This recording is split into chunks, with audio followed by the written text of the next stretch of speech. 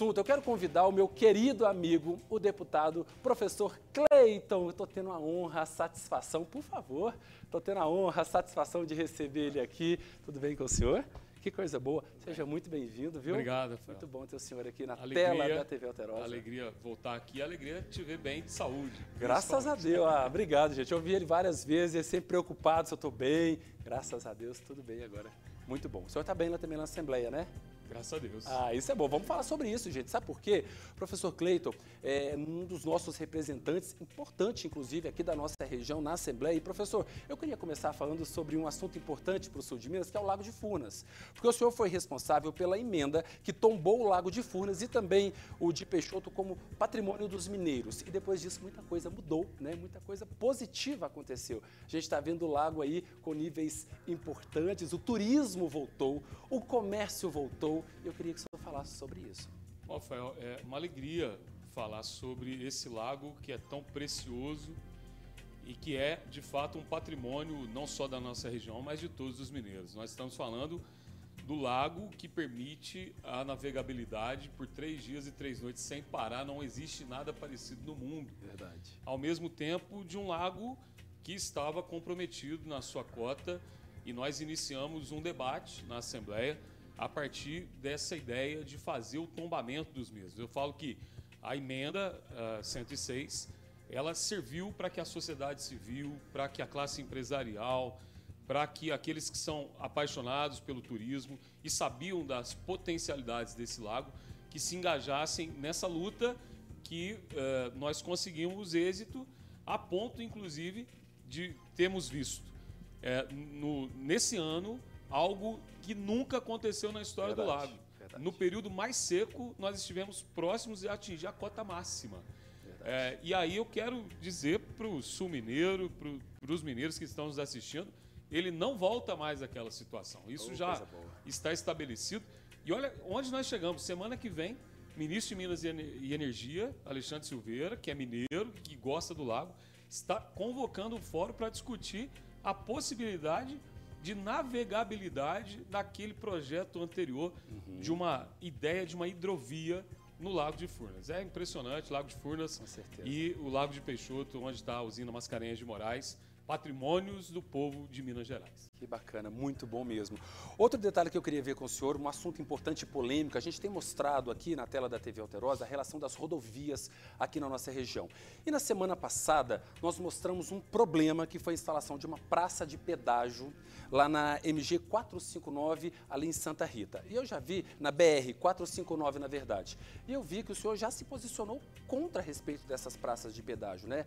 Como é que o senhor vê essa situação agora, dessas novas praças surgindo, esse problema para os motoristas, deputado? Bom, Rafael, obrigado pela pergunta. Acho que a gente precisa esclarecer alguns pontos.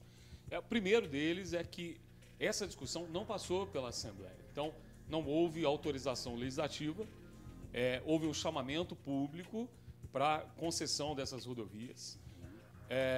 O que nos preocupa são os cálculos que levaram a alguns valores que nós entendemos que afetam diretamente a economia popular e, consequentemente, compromete o bolso do contribuinte que já paga os seus impostos para que ele pudesse andar por rodovias bem estruturadas e com condições de segurança da vida das pessoas. Nós não somos totalmente contra essas concessões. Nós entendemos que uma malha rodoviária do tamanho de Minas Gerais, que é a maior do Brasil, você precisa, de fato, de ter o pedágio. Mas por que não um pedágio como o da Fernão Dias, justo, que você tem um valor justo? Então, nós fizemos a contestação no Ministério Público, no Tribunal de Contas do Estado, e estamos tentando, Rafael, através de alguns projetos de lei, amenizar essa situação. Um exemplo, um projeto de lei que nós votamos a semana passada, que determina o seguinte: se eu passo naquela praça de pedágio, eu só vou poder pagar novamente aquele mesmo pedágio 24 horas depois. Só que a notícia não é boa, o governador vetou ontem esse projeto. Então nós vamos precisar derrubar o veto na Assembleia. São 39 votos, é difícil. O discurso do governador é de que isso afasta a possibilidade das concessionárias de quererem assumir as rodovias. Nós queremos que o povo tenha a capacidade de pagar. Porque você imagina o seguinte, aqui na BR-491, que liga a Fernão Dias a Varginha, que é a chamada concessão Varginha-Furnas, nós vamos ter um valor de R$ 13,20. É R$ 13,20, pessoal. Isso não é execuível. E, professor, essa que a gente está vendo as imagens ao vivo aí nesse momento, um fluxo grande de veículos. Muita gente utiliza essa rodovia, né? Eu estava dizendo aqui mais cedo, conversando com o pessoal aqui da Alterosa, que quem trabalha em Varginha e vem de Três Corações e quem trabalha em Três Corações saindo de Varginha, no final do ano vai pagar quase R$ 6.000 de pedágio. Meu Deus do céu. Então, assim, nós precisamos que a Assembleia derrube, e aquelas imagens de semana passada me levou a apresentar um projeto de lei. Porque, para quem está nos assistindo entender, as rodovias que são controladas pelo DENIT já tem uma regra muito interessante. Se você está numa praça de pedágio e a fila em 400 metros, obriga-se então a abrir as cancelas e as pessoas podem passar. Certo. Se você está numa fila de pedágio e você fica mais de 15 minutos, também há essa obrigatoriedade. Nós fizemos um projeto de lei determinando que as rodovias pedagiadas e controladas pelo Departamento de Estrada e Rodagem de Minas Gerais também sigam essa mesma regra. Isso é importantíssimo. Agora, deputado, um outro assunto importante também, claro que é a cultura, né? A gente não pode deixar de falar sobre a cultura tão importante para a população. O senhor é presidente da Comissão de Cultura na Assembleia de Minas. Eu queria que o senhor falasse como é presidir essa comissão tão importante, o estado de Minas que respira a cultura, né? Como é que tem sido isso? Olha, tem sido uma experiência exitosa, uma experiência assim ímpar na minha vida como educador e como apaixonado pela cultura mineira. Sim. Mas o que a gente tem feito, Rafael, é discutido a possibilidade de tornar a cultura mineira algo rentável para os mineiros e, consequentemente, para os fazedores de cultura. Sim. Acabamos de aprovar um projeto revolucionário, que é o Decentra Minas, que é um projeto que vai permitir com que o comerciante, permitir com que as microempresas possam fazer renúncia fiscal e, consequentemente, investirem na cultura local.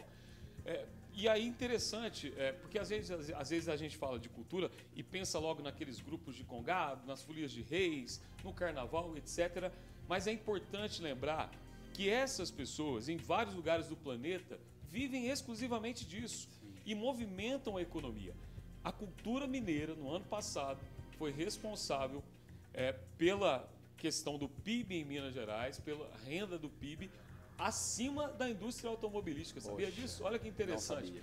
Porque o que nós estamos vestindo aqui, que está ligado à moda, é cultura, e pouca gente sabe disso. Então, assim, estamos lá lutando para que a cultura mineira seja colocada no seu devido lugar e que ela seja um fator de geração de emprego e renda para muitas pessoas. Muito bacana. Professor, o nosso tempo é curto. Claro. Quero agradecer ao senhor pela presença, parabenizar pelo trabalho à frente na Assembleia, nos representando, e as portas estão sempre abertas, viu? Seja sempre muito bem-vindo. Obrigado, Rafael. Parabéns aí pelo